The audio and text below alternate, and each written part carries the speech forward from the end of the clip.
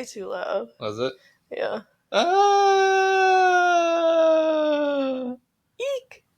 We continue our Halloween Spooktacular, vernacular, spooky trees and the leaves falling down, the scariest things about hawks as their wings go whoosh. Stop. Season extravaganza.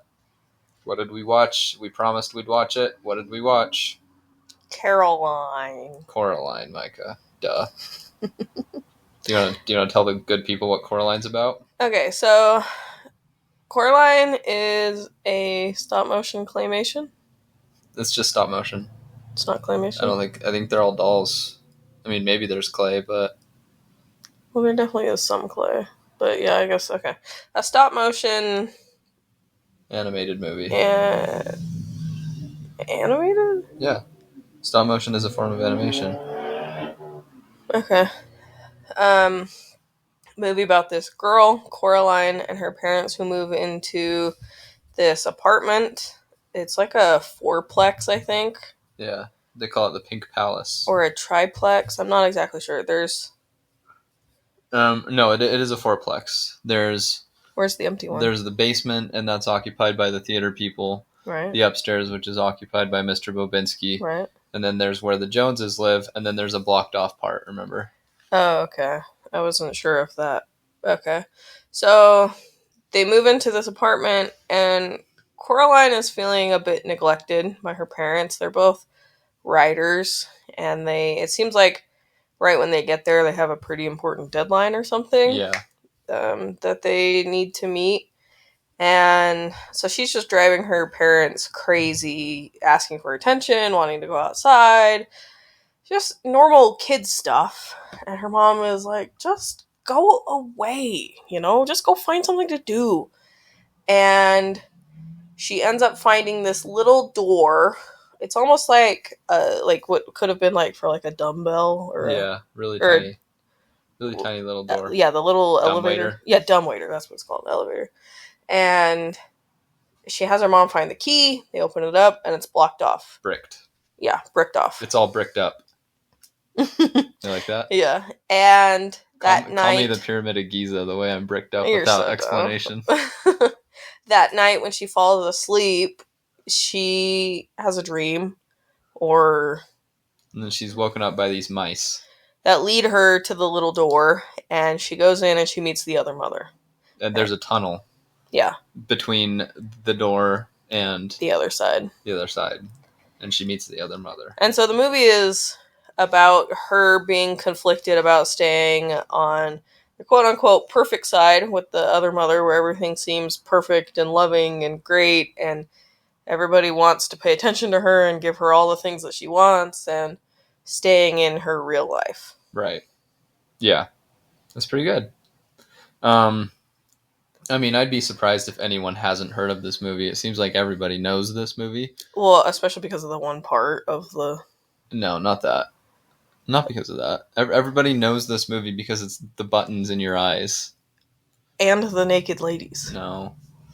I think that's a less common thing that people know about it. Really? There are some pretty much naked ladies in this movie. And I really don't know why they did it. They didn't need to. No, they didn't. It's definitely a joke. Yeah. And it's very cartoonish and ridiculous. And I always thought it was really uncomfortable when I was a kid watching this movie. For sure. Now I just think it's hilarious. Yes, but it's like 90% hilarious for me, but like 10% I'm like kind of uncomfortable by it still. I do kind of wish it wasn't in the movie, because that might be a reason you don't want your kids to watch it. For sure. But it's such an easy part to skip too. Yeah. You just fast forward it and you're good. The rest of the movie is totally... it's a little spooky. It's scary. It's a scary story, but there's nothing in it that is like graphic or gory or no language. I think this is rated PG. Probably. So, like, It's our first PG movie. Huh? What's Airplane rated? PG. But that was before PG-13 even existed, so that doesn't count. This was PG in the PG-13 era. But this was this is based on a novella that Neil Gaiman wrote. And when I was a young little pup, we listened to tons of audiobooks in the car as we, traveled. Oh yeah. Yeah. And Where were you traveling to? just, different places. And Name one. we went to the Wild Animal Park. Oh. For some reason, I have a strong memory of listening. I think it was Danny the Champion of the World, actually. As we were riding up to the Wild Animal Park, we were listening to Danny the Champion of the World. And we got out in the parking lot, and I was still thinking about Danny the Champion of the World. But anyway, Coraline was one of the books we listened to. We went on and listened to a bunch of the Neil Gaiman short stories and books. And it's a really inventive, spooky story. And I love this movie. I really just do. And a lot of people won't watch it because, it's stop motion, or because someone has told them it's scary, or because, the buttons in the eyes. And it's a real shame, because this is definitely one of the best stop motion films that's ever been made. I would argue it's one of the best animation films that's ever been made. And what did you like about it, Micah? Hang on, I'm looking up the best stop motion movies. Like, for context, I think it's better than The Nightmare Before Christmas. I think it's better than The Isle of Dogs. Fantastic Mr. Fox. I think it's better than Kubo and the Two Strings. I think it's better than Curse of the Were-Rabbit. I think it's way better than Guillermo del Toro's Pinocchio. I like it more than The Little Prince. I like it more than The Corpse Bride. The only one that I would rank above it is Fantastic Mr. Fox. James and the Giant Peach. I like it more than James and the Giant Peach. It's better than Monster House. Monster House scared the crap out of me when I was little. I haven't seen Chicken Run. What? No, I need to. I think I would really like it. Yeah, it's funny. I also haven't seen Shaun the Sheep. Yeah, it's better. Yeah, this is like... Oh, the Lego movie. Oh, I guess that technically... No, that was all computer. Oh, was it? Yeah, they didn't actually use bricks, I think. I think it was like a... I don't know. Anyways, this is a really, really great, tight, well-constructed movie in every sense.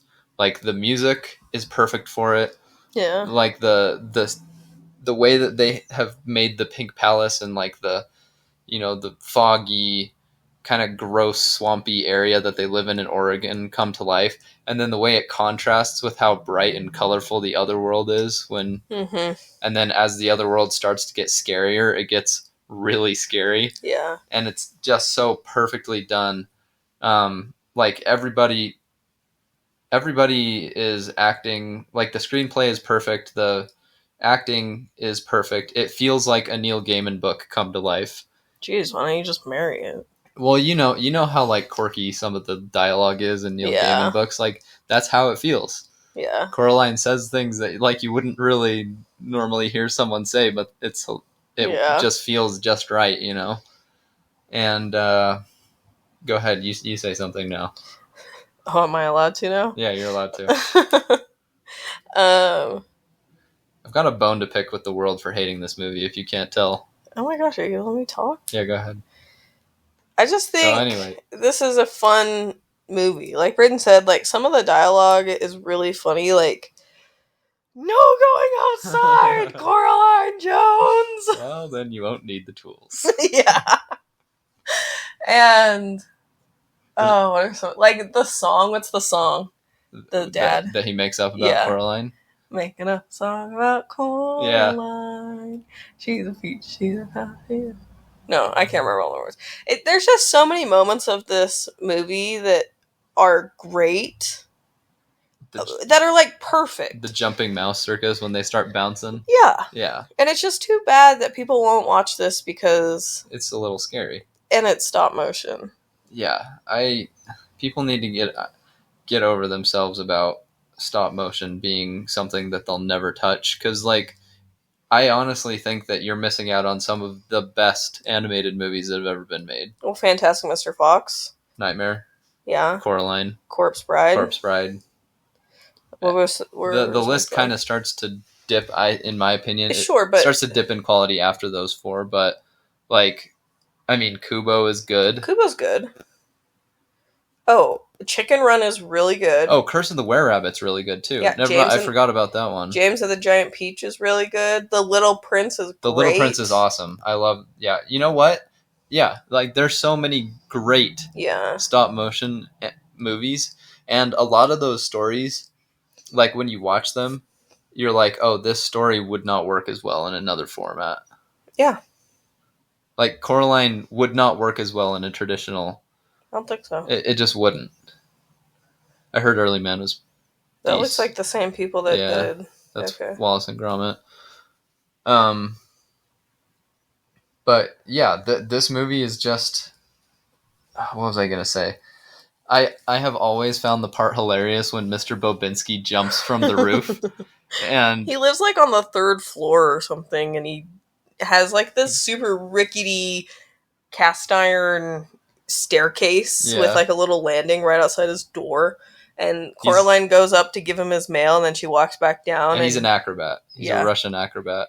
Yeah, and he has one of those body types where it's like itty bitty skinny legs. Not itty bitty, but like skinny. Yeah. And then like a huge torso. Yeah. Massive. Belly. And then like skinny legs.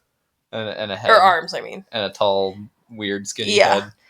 But anyway, Coraline goes back downstairs, and he has to deliver a message to her from the mice. His jumping mice circus. And Coraline is holding some garden shears. Yeah. And he jumps down from the 3rd floor, and he's like, Caroline, wait! And he goes to jump right on top of her, and she's like, ah! And then she holds the shears up. To protect herself. Blocking her head, and her shears are pointed like directly up, and he lands in like a squat and his balls are right above the shears. Yeah. It's like little things in this movie like that are just definitely for adults that are so funny.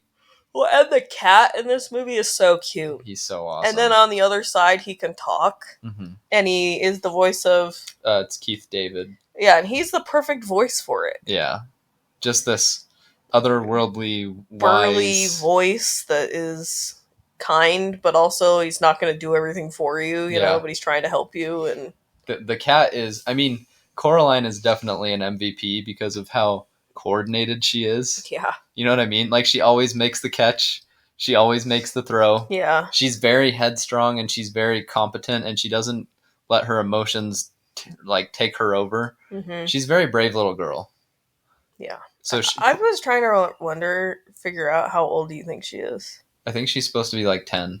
Okay, because I was thinking anywhere from 8 to 11, probably. But... Let me double check this. She's 11. Okay. Yeah. I mean, should we spoil anything really about it? I will say, like, we do not watch scary movies. Yeah. And this movie, I think, is more spooky. And, like, it has, like, moments of, like, if you're a kid, like, this is probably scary. You know? I remember like, the other mother has true moments of being scary, I would say. But for the most part, this movie's just spooky. And, like, for an adult, like... Yeah. I think it should be fine unless you're incredibly sensitive, and that's okay, you know. I just like insensitive to like spooky stuff, but most adults that won't watch this have seen things that are much scarier than this. That's right. And I just don't want to be insensitive to the people that are truly spooked out by anything spooky. Yeah, but I know people that won't watch this, and I know that they've seen scarier things than this. Yeah. I know that they have, but.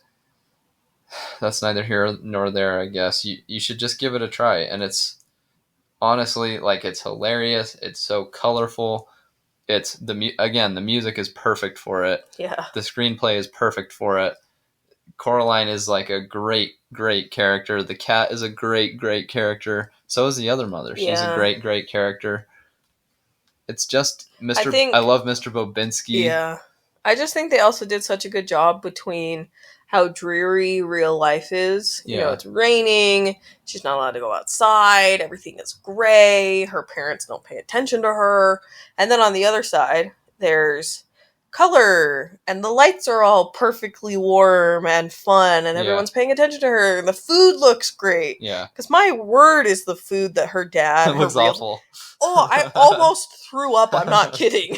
And then when the other mother cooks, it looks really, yeah, really it's like good. a perfect turkey, and like, they really did do a great job of like the ambiance of that. Oh yeah. You know. Oh yeah. I guess we should dip in a little bit to spoilers because there is something I want to say. So should we rate it real quick? How old is this movie? 2000. I want to say like 2009, but I don't know. Coraline. What is the statute of 2009. limitations for spoilers? 2009. The category is family/horror. That's hilarious. Did you hear me? Yeah. I mean, let's just rate it real quick, and then if people want, they can skip. Okay. But this is a 10 out of 10 for me. This has always been one of my favorite movies in general, and I've been championing it forever. No one ever seems to listen, but it's great. I'm going to give it 10. Well, you're clearly the expert on these things. Out of 10. Okay. Growing up, I didn't really care about this movie, I would say. I didn't love it, and I didn't hate it. I was just kind of indifferent about it. I do remember there was this one time that my little brother was watching it, and he was young. He was, I don't know, 8 or something. Which is, I don't know. And my mom and I walked into the room as the naked lady part. What are you watching? You know? And so, like, that definitely made me Well, okay, that part is so funny because at the start of it, so she's got these two downstairs neighbors named Mrs. Spink and Forcible, and they're old theater, washed up theater actresses, and Mrs. Spink, I think, rhyme, Mrs. Spink, I think, she pops, she's like wearing a mermaid costume, and she's wearing like, mermaid bra, and that's you can't see her lower half at all because she has a fishtail. And Coraline is like, she's practically naked. And then later when Mrs. Forcible shows up, and she has like, she's got these double F or triple F boobs. Yeah. They're massive. And she's got these little starfishes covering her nipples. And like some kind of underwear thong thing. Yeah. And she just pops up and Coraline's like, oh my God. It's just like, it's so funny. I will say though, like, as an adult, you can kind of tell now that she's not just wearing a little starfish and a little thong. It's like the material that like dancers wear. Okay. So she's wearing that, a full onesie or whatever with just that covering her. Yeah. But even still. Well, then you find out like they're both just costumes because this is in the other world, so everything is more perfect. So that's not their actual form. But just, and you walk into your 8-year-old brother watching this movie. And it's, you're like, what on earth? What are you watching? But I really love this movie now. I think it's so creative. I think it's so fun. And again, we don't watch scary movies, but like for Halloween time and like the fall, it's such like a fun, spooky little this is perfect movie. Yeah, for us. Yeah. And for a family. Depending on how you feel about that part that we talked about. And depending on, like, scary tolerance of little kids, But you can skip over that part, and then the scary thing, that's a different story. Yeah. So I'm also going to rate this a 10 out of 10. I really think everyone should give it a chance as an adult. Don't be lame, in my opinion. So I'm going to rate this a 10 head tilts out of 10. I love that they do that. Yeah. Like this is so full of like the quirkiness of Neil Gaiman, the way that he writes. Just the idea of there being another mother, and she like, she wanders through the tunnel and then pops out on the other side, and the other mother's like, "Oh, there you are, silly." She's like, "You're not my mom. I'm your other mother, silly. Everyone has one." Like that is straight out of a Neil Gaiman book. Yeah. Which obviously it is, because but like it's just the matter of fact way that she says it. Everybody has another mother, And Coraline just rolls with it. Yeah. Because those are the types of worlds that Neil Gaiman creates. It's very quirky, it's very efficient in telling its story, and it's whimsical and it's creative and it's really interesting. But I watched this video. There's this YouTube channel. Is this spoilers now? Yeah, I guess we're in spoilers. So Britton is going to make another video talking about this, and he's going to go into more depth about it. And if you wait for that to come out, but not really, because like the video I'm making is about stop motion generally. Yeah, but you talk about. I do feature Coraline specifically a little bit. But aren't you going to talk about that thing? Yeah, in the video. Yeah, I will. But so watch out for that to come. That'll be for stop motion, but also to go more into depth on Britton's thoughts on Coraline. But really quickly, you can just say. So this YouTube channel, I think it's like Therapist Reacts to whatever, and it's not your typical reaction videos where they're just watching the movie.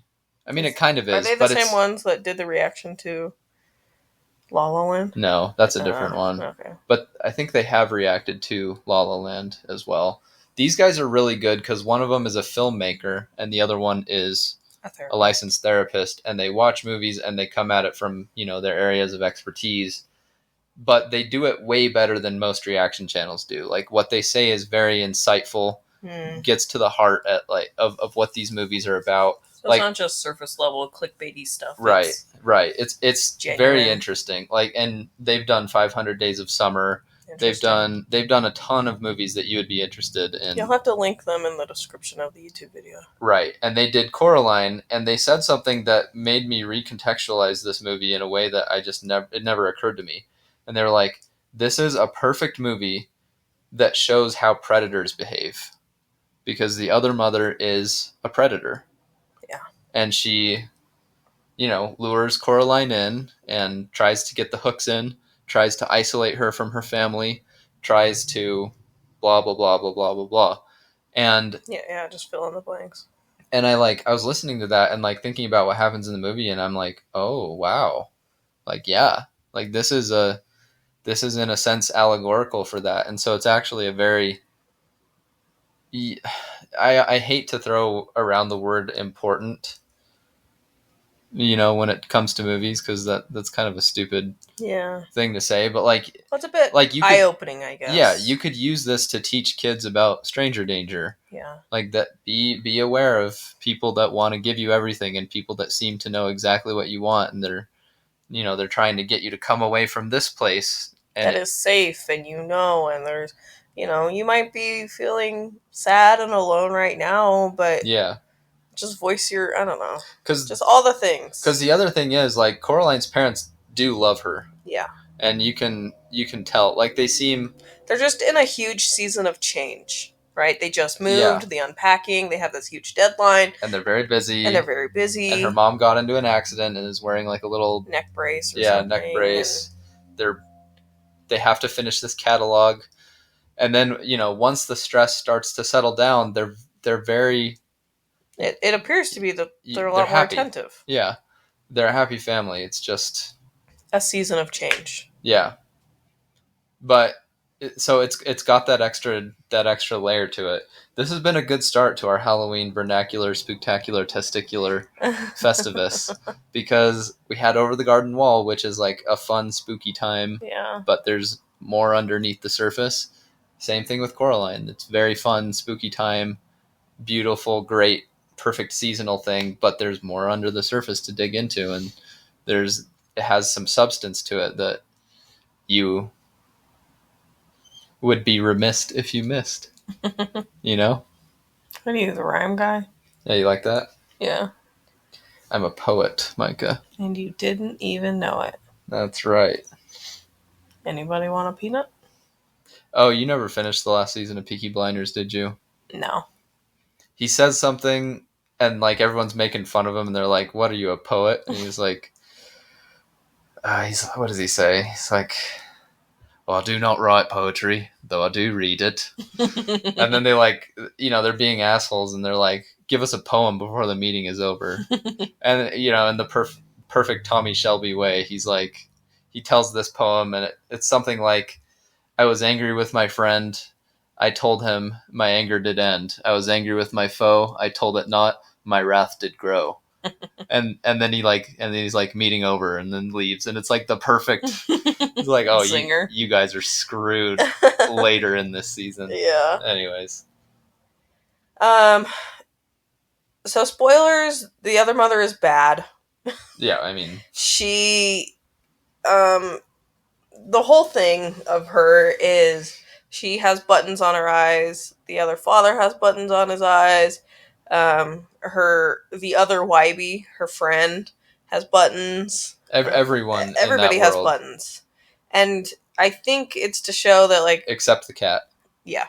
That they, like, sold their soul, or these are her creations, or whatever. She created them. Right. Yeah. And they want her, Coraline, to sell her soul to the other mother. Well, she's some kind of a sorceress. Like, she has lured other kids into this side of the Pink Palace before. Coraline finds 3 of them, and they're just ghosts, and they have buttons sewn into their eyes because they said yes to stay. And that's how she's able to claim you. But they keep calling her the Beldam, which is such a freaking scary word. Yeah. Just like an old witch. Yeah.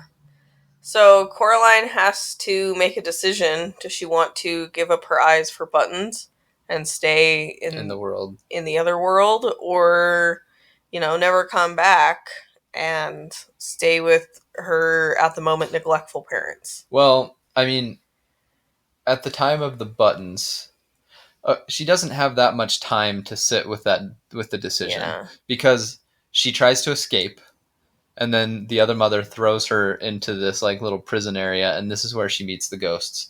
And she realizes when she meets the ghosts, oh, there's no way I'm staying here. Like, this is not a good place. So that she doesn't really have that long of a time where she's like sitting with the decision. But then she escapes, but then her parents get kidnapped. So she has her real parents. Yeah, she has to go back. Yeah. And this is where the movie, I think, gets kind of scary. Scarier. I don't want to say it's not a horror film. It's just spooky. Yeah. I would say. The other mother, like, turns into some kind of spider. Yeah. Oh, yeah, spider. So she's a super long neck and a very angular head. And it's all cracked and... Yeah. And, like, you can see, like, she has, like, a V-neck shirt, and, like, you can see her rib cage and all of that. Her arms are like needles. Her hands. Yeah. Yeah. And so she gets spooky scary. And Coraline, makes a deal with her, we're going to play a game. I'm going to save all these kids. I have to find where you hid their eyes, and I have to find my parents before the time runs out. And then you let me go. You can, or you can sew buttons in my eyes. Yeah. So, we should probably wrap this one up. One of our all-time favorite lines, I don't even know if you realize this is what I was quoting all the time, but there's a point where Coraline confronts the other mother, and she's like, "Where are my parents?" And the other mother says... I know that's what you're quoting. Did you always know? I think in the beginning I did, and then it just devolved that I forgot. Anyways, she's like, "Gosh, I have no idea where your old parents are. Maybe they've grown bored of you and run away to France." Yeah, I knew that. And so now, whenever Micah texts me, she's like, "Are you coming home?" I'm like, "Nope, France." I've run away to France. I've grown bored of you, and I'm running away to France. Such a perfect line. Yeah. But like, I also love the parts with the cat. He's just such a wise cat. Yeah. And he helps Coraline see the problems with this world. Yeah. And there's a point where they're walking, and he's explaining, like, how the world works. Like, this is not a good place. She wants something to love, or she wants something to eat. Yeah. And that's why she wants you. And they like walk all the way around the world that the other mother has created, and it takes a minute. And she's like, how can you walk away from something and come back to it? And the cat's like, walk around the world. She's like, small world. Yeah. This is she only made the parts she knew she would impress you. Yeah. She didn't it's not a real place. She's setting bait. That's all it is. Yeah. Really good. Should we move on? Yeah. Do you have something? So I read this book It's called The 5-Year Lie. It's about, what's her name? Ariel. This, mermaid. yeah. So it's about this tech company that they make cameras, like doorbell cameras. So they're basically like Nest or whatever. Okay, yeah. Um, and it's like $1 billion company or whatever. And it was these two brothers that started it, Edward and Ray. And Edward has a daughter, and he's a real asshole. Like, truly. He's a real bitch on wheels. Like, he, like, in the middle of the office, his daughter works there, and she's kind of like a bad employee because she doesn't really want to work there, but, you know, it's the family company or whatever. And she's, like, wearing, like, this normal dress, and her dad comes and yells at her in front of the whole office and ends up calling her a slut in front of the whole office. So he's just a real asshole, and a real... doesn't approve of anything she does with her life. She's an artist and all that, okay? So she meets someone at work, and his name is Drew, I think, and they fall in love. And they have to keep it a secret because Ariel knows that her dad won't approve of the relationship. And Ariel gets pregnant, and before she really realizes that she's pregnant, her boyfriend, Drew, like, disappears, like, just drops off the face of the earth. And right around that same time, her dad dies of an accidental overdose. And while this story is going on, you know, so, like, let's just say this is the present. And it's also talking about the present time, as in Ariel has a 4-year-old son. She lives in her parents' backyard. What? I just realized another stop motion movie. What? Marcel the Shell. How was that not on the... I don't know. That's a great one, too. Yeah. Okay, so the current time is Ariel has a kid. His name is Buzz, which I hate that name. Like from Home Alone. Like from Toy Story. Yeah, Buzz Lightyear. And her mom is now dating Ariel's uncle. So the mom is dating her deceased husband's brother. That apparent. Okay, so in olden days, though, that was a very normal thing. Yeah, but in modern times, that is not. Yeah. Okay. And so Ariel lives in, like, the mother-in-law suite in the backyard with her son. And it keeps jumping back and forth between telling the current story and telling what happened when Ariel met Buzz's dad, Drew. And it turns out that the company is very corrupt. And, you know, there's a whole adventure that goes on. But, like, for the most part, this story was good. There were, like, a few blatantly obvious plot holes that were kind of annoying. But for kind of like a mystery adventure book, I thought that they did a good job.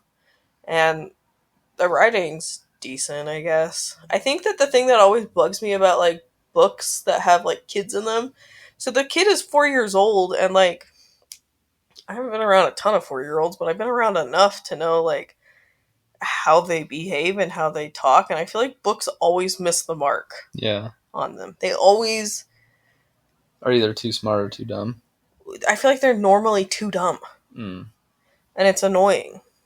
I don't know. So, I think I would rate this book like a 7.5 secret identities out of 10. Okay. That it? Yeah. And I like the way that it ended. It's good. I read a book too. You did? Yeah. It's called The Elements of Eloquence by Mark Forsyth. And that may sound like a very posh title, something that you would not be interested in. But the way that this is written is really just super entertaining and very funny and witty. And the purpose of the book is to explain the figures of rhetoric, rhetorical figures, that successful authors use to create really famous turns of phrase, like famous lines. Say that in, like, normal speech. So, I'll give you an example of it. That'll be easier. So, one of the figures of rhetoric is antithesis, and it's using opposites to contrast and create, like, an effect. And one of the examples he gives was, it was the best of times, it was the worst of times. It was the age of enlightenment, it was the age of foolishness. Everybody knows those lines, right? And the reason that they're memorable is because Dickens is using antithesis: best, worst, foolishness, enlightenment. We were all going to heaven, we were all going to hell. All that, like that stuff, it resonates in the mind. Or another example, another one of the figures is paradox. And for example, there's a line in the Rolling Stones song, just as all the cops are criminals and all the sinners saints. And that line sticks out in the mind because you're creating a paradoxical statement. A cop and a criminal, a sinner and a saint, and everybody is both of them at once. And yeah, so he goes through a lot of these. Let's see, how many are there? There's a lot. There's 39 figures of rhetoric, and he goes through each one, gives some examples of them, explains why they work, why we remember them, where and when they might not work, where and when you should use them, when you shouldn't. And I just really loved it. It was very funny. Like, he knows how to put jokes into his writing, and it's great. And he's also really, really good at segueing. None of these chapters is too long. They're all like probably 20 minutes each, maybe. So it never overstays its welcome, and he's always able to transition into the next one in a really smooth and clever way, so you know when it's ending. And it's just great. How long is this book? It's like 6 hours. Oh. It's really not bad. And it's definitely one that I'll read again, because I'd like to understand these a little bit, on a deeper level. There's 39 of them, so I'm not going to remember them all offhand, but I thought there was some really interesting, good stuff here. A lot of lessons that you probably learned in middle school English that are just wrong. Like, teachers tell you to not use run-on sentences, and they tell you to write in a really concise and clear way, and that's the correct way to write. That's just wrong. That's not how Shakespeare wrote. That's not how Wordsworth wrote. That's not how Dickens wrote. It's just a different style, and if you use it right, it can be really good. If you use it wrong, then it's a problem. But or you can be super clear and direct and to the point, like Hemingway or Steinbeck, or some of these other authors that fall more into that style. So it's great. If you hated your English teachers ever, this guy will say something that'll make you feel validated. So I'll toss a crisp 9 over to this. Oh. Yeah, how do you like that? Yeah. A 9. She sells seashells by the seashore. Nice. Which is an example of alliteration, which is also another one of the figures of rhetoric. Do we need to say something about Neil Gaiman? I don't know. This is our thoughts on... Nobody is perfect. I'm not using that as an excuse. If we said that we were not going to consume any media by people that have done bad things, and trust me, there are so many people that have done bad things, we would not be able to consume hardly anything. And so what we do is we separate the person from the things that they have created. Yeah. And we appreciate the things that they have created, and we are mad at them for the things that they have done wrong. Yeah. So even though we are talking about... A lot about Neil Gaiman this episode, we are not okay with the things that he has done. No. And And it is not just Neil Gaiman. There's so many other people. Yeah. I mean, just to name a few, there's Kevin Spacey. Yep. There's Michael Jackson. Yep. There's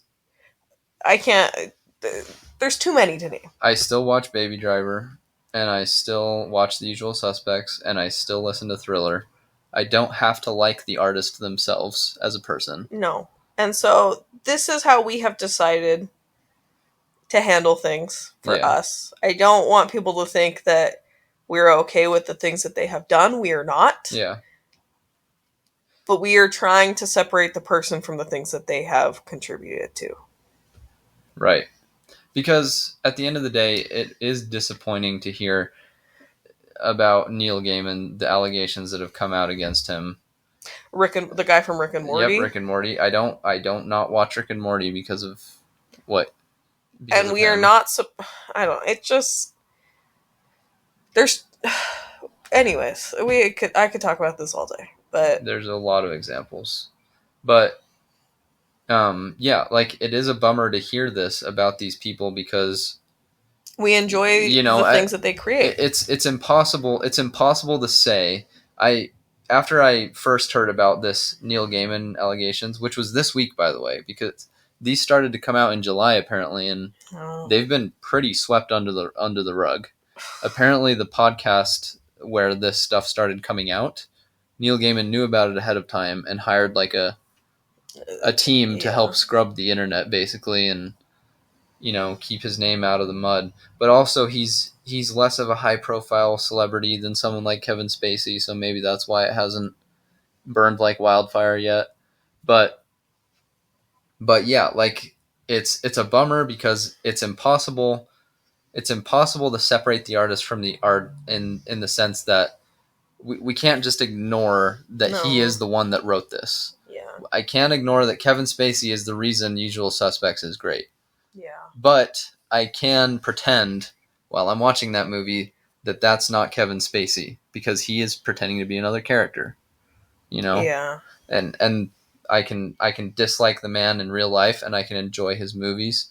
And same thing with Neil Gaiman. I can dislike the man and I can still read The Graveyard Book, or I can watch Coraline, or I can watch Sandman, or Good Omens, or whatever. Yeah. But I saw this, like, it is sad. It's sad to hear because, especially at the beginning when you find a new author you like, you love their book and that love naturally spills over onto the author too because they're the ones that produced that work. Yeah. And you can't argue that away. At the end of the day, they're the ones that wrote the thing that you loved. And I watched this video about these. The channel was like a Good Omen fan channel, and the point that this person was making was Good Omens is so much bigger than Neil Gaiman, and they don't need Neil Gaiman for season 3 of the TV show. He's not necessary anymore, and I just disagree with that. He is the creative behind that. Obviously, that was co-written by Terry Pratchett, but you can't. He's the only surviving member of the original creative team that made that. And leaving aside Good Omens, you cannot make that argument about Coraline. Coraline doesn't exist without Neil Gaiman, but you have to somehow find a way to enjoy the art and reconcile with the fact that that art came from a flawed, if not bad, person. Yeah. And I don't want this to sound like we are making excuses for these people. We are not. No. The things that they have done and are being accused of are bad. Yeah. Really bad. This is just how we have chosen to deal with it. Because also it almost feels like letting them win in a sense. I could see it argued both ways, I guess, because you're supporting something and you're, buying a book. Yeah. And supporting them financially. And like but I don't want to let his crappy past ruin the connection that I have with Coraline. Yeah. I love that story. And I love the film and I love the book. And I refuse to stop loving it. I can still love it. If you can't, that's fine. That's up to you. I will say, this is a huge tangent, but yeah, like we're not perfect and we are fairly hypocritical in life because we are human. Like with the Johnny Depp trial that happened against with Amber Heard. Yeah. Like we didn't watch Aquaman 2 and we didn't watch the Fantastic Beasts because of the fallout of it. Over. But to be fair, that was fairly soon after the trial, and like I know like other stuff has come out since then, but like This is just to say, like, we're not perfect. And, like, Here's what I would say about that, though. I didn't give a shit about Aquaman 2, and I also didn't give a shit about Fantastic Beasts in the yeah. first place. So, like, that was just like, oh, give me another reason why I'm not going to the Yeah. theater. So, this is different. With something that you love, it's really hard to not watch it Yeah. anyways. Like, this is the conundrum that a lot of really strong Star Wars fans find themselves in. They hate what Disney's doing to Mm-hmm. Star Wars, but they can't look away. They have to keep watching. It's Star Wars. It's what they love, right? Yeah. Same sort of idea. Like I love his writing. It's great. Yeah. He's very good at it. Yeah, I don't know. Okay. Well, if you listen to this long, thanks. Yeah. That was a huge tangent. Yeah, go look into exactly what the allegations are if you're interested. Yeah. Sad. For us.